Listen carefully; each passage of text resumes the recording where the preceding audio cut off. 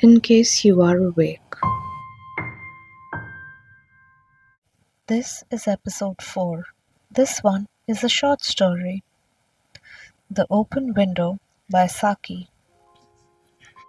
My aunt will be down presently, Mr. Nuttall, said a very self-possessed young lady of 15. In the meantime, you must try and put up with me. Frampton Nuttall endeavoured to say the correct something which should duly flatter the niece of the moment without unduly discounting the aunt that was to come.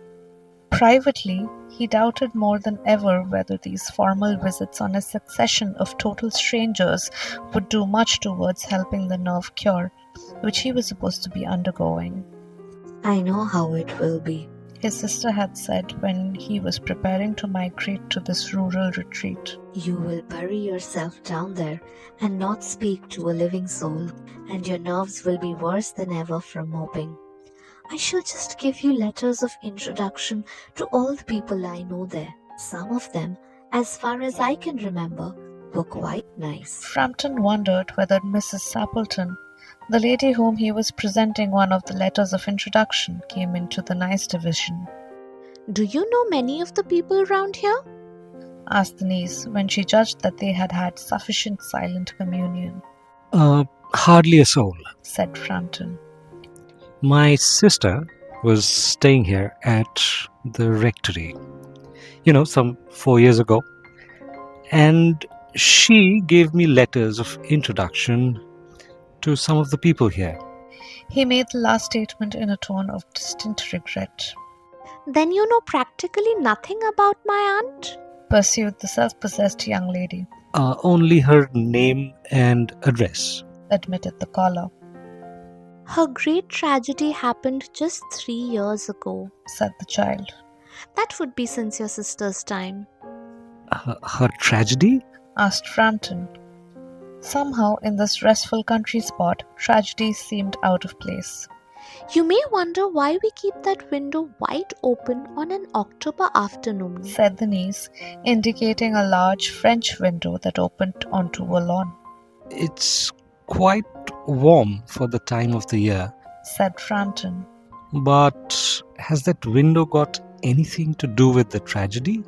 Out through that window 3 years ago to a day, her husband and her 2 young brothers went off for their day's shooting.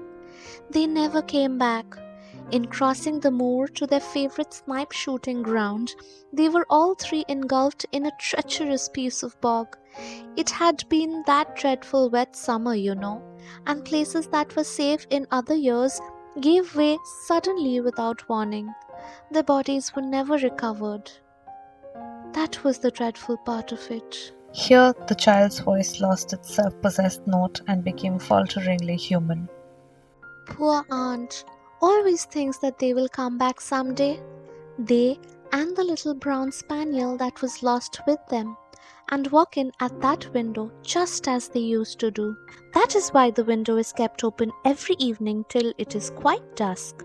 Poor dear aunt. She has often told me how they went out, her husband with this white waterproof coat over his arm, and Ronnie, her youngest brother, singing, "Bertie, why do you pout?" as he always did to tease her, because she said it got on her nerves. Do you know, sometimes on still, quiet evenings like this, I almost get a creepy feeling that they will all walk in through that window. She broke off with a little shudder. It was a relief to Frampton when the aunt bustled into the room with a whirl of apologies for being late in making her appearance. "I hope Vera has been amusing you," she said. She has been very interesting, said Frampton. "I hope you don't mind the open window," said Mrs. Sappleton briskly. "My husband and brothers will be home directly from shooting, and they always come in this way. They've been out for snipe in the marshes today, so they'll make a fine mess over my poor carpets. So like you menfolk, isn't it?" She rattled on cheerfully about the shooting and the scarcity of birds and the prospects for duck in the winter. To Frampton, it was all purely horrible.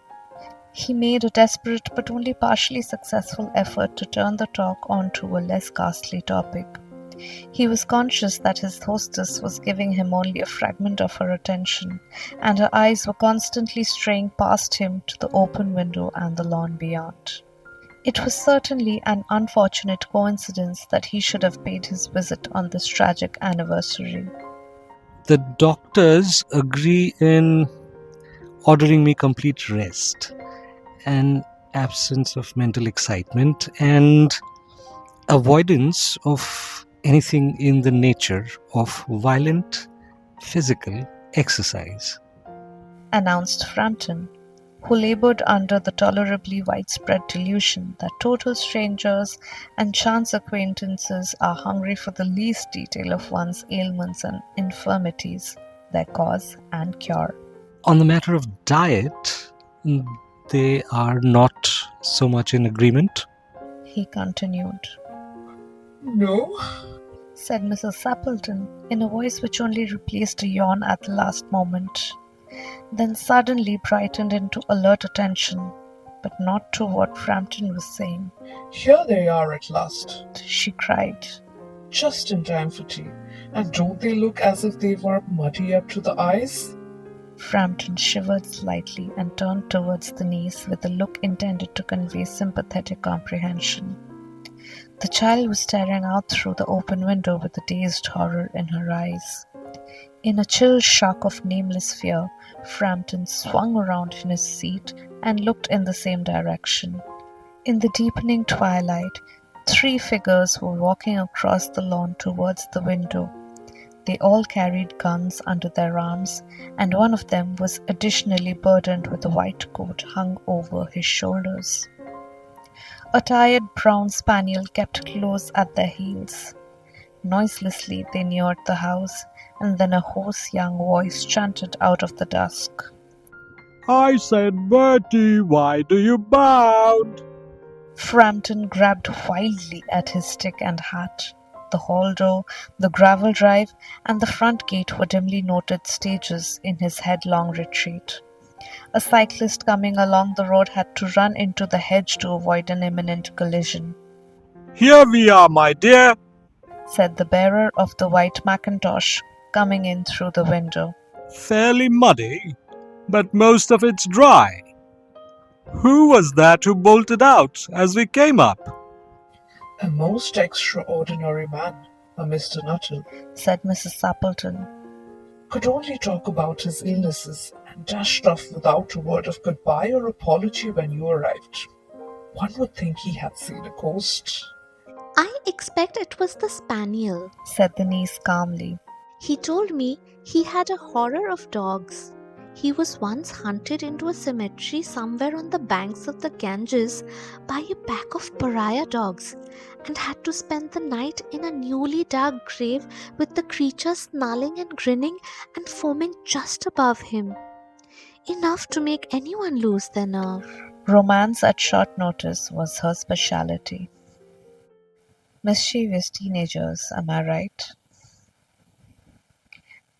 Good night.